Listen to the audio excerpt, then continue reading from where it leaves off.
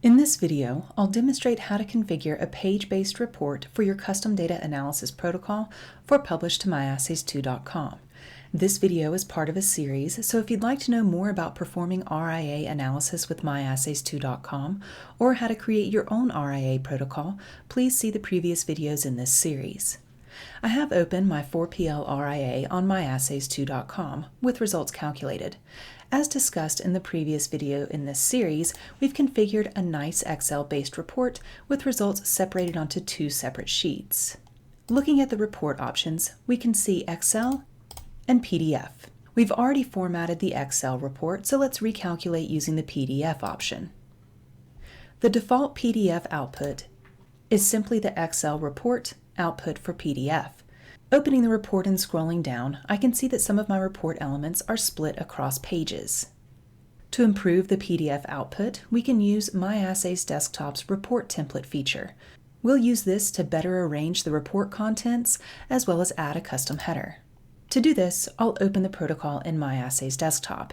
If you do not have access to the original protocol file, you can download a clean copy directly to your workstation by using the arrow directly to the right of the assay name and selecting Download MyAssays Desktop Protocol. I'll open my MyAssays Desktop protocol with results already calculated. On the Report tab, we can see our report in a sheet-based format. To view the page-based format, I'll select the Page View option from the ribbon at the top of the screen. This is the equivalent of the PDF report we created online. Scrolling down, we can see the split between pages that I'd like to eliminate. Let's make that change now. On the Home tab, I'll select the Properties control and open the Report tab.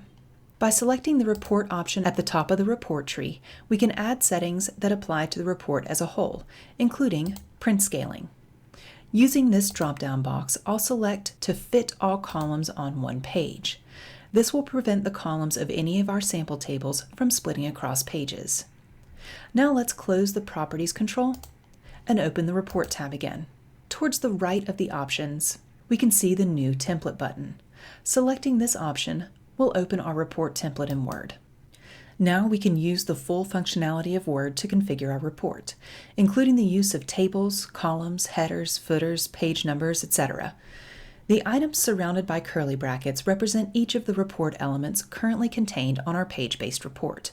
We can reorder and optionally remove content, but note that if the content is configured to appear on the sheet-based Excel report, it will remain in that format. The changes we make to this template only impact the page-based report.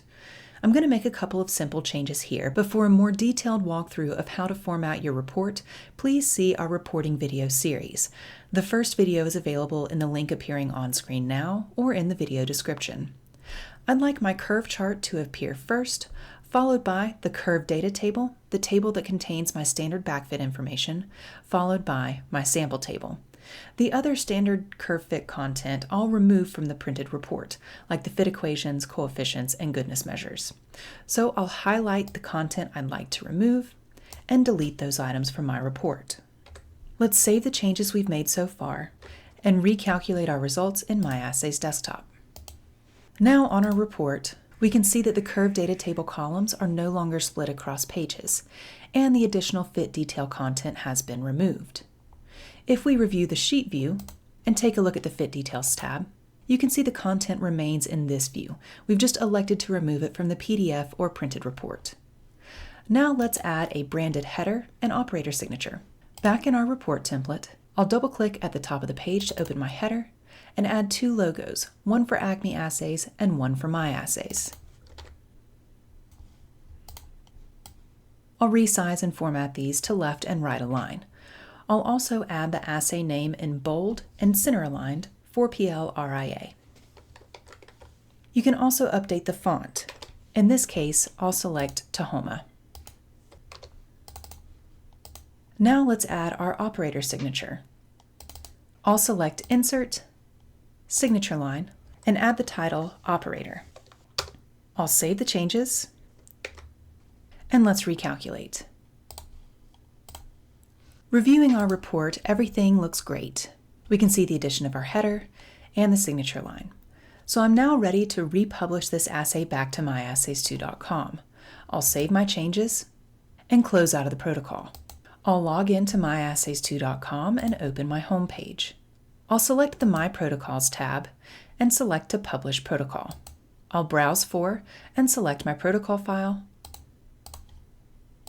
and press Next. Here I don't want to publish as a new assay. Instead, I'll select to replace an existing assay. And I'll select the currently published version of this RIA protocol, 4PL RIA, and press Next. I'll leave the assay name and link set to default. And on the last step, we can publish the protocol. I'll open the assay, and here we can see the URL that can be shared with colleagues at the top of the screen. Under the Calculate options, you'll see an additional option. The default is PDF, which is the page-based report we've just configured. You can also select Excel or PDF from Excel. The PDF from Excel option is just the PDF without the formatting that we've just completed. I'll leave the PDF option selected and press Calculate. Once our results are calculated, you'll see the interactive chart for our standard curve fit and our PDF report with custom branding, header, and signature line. If you have any questions about configuring a page-based report for your custom protocol published to myassays2.com, please email us at support@myassays.com.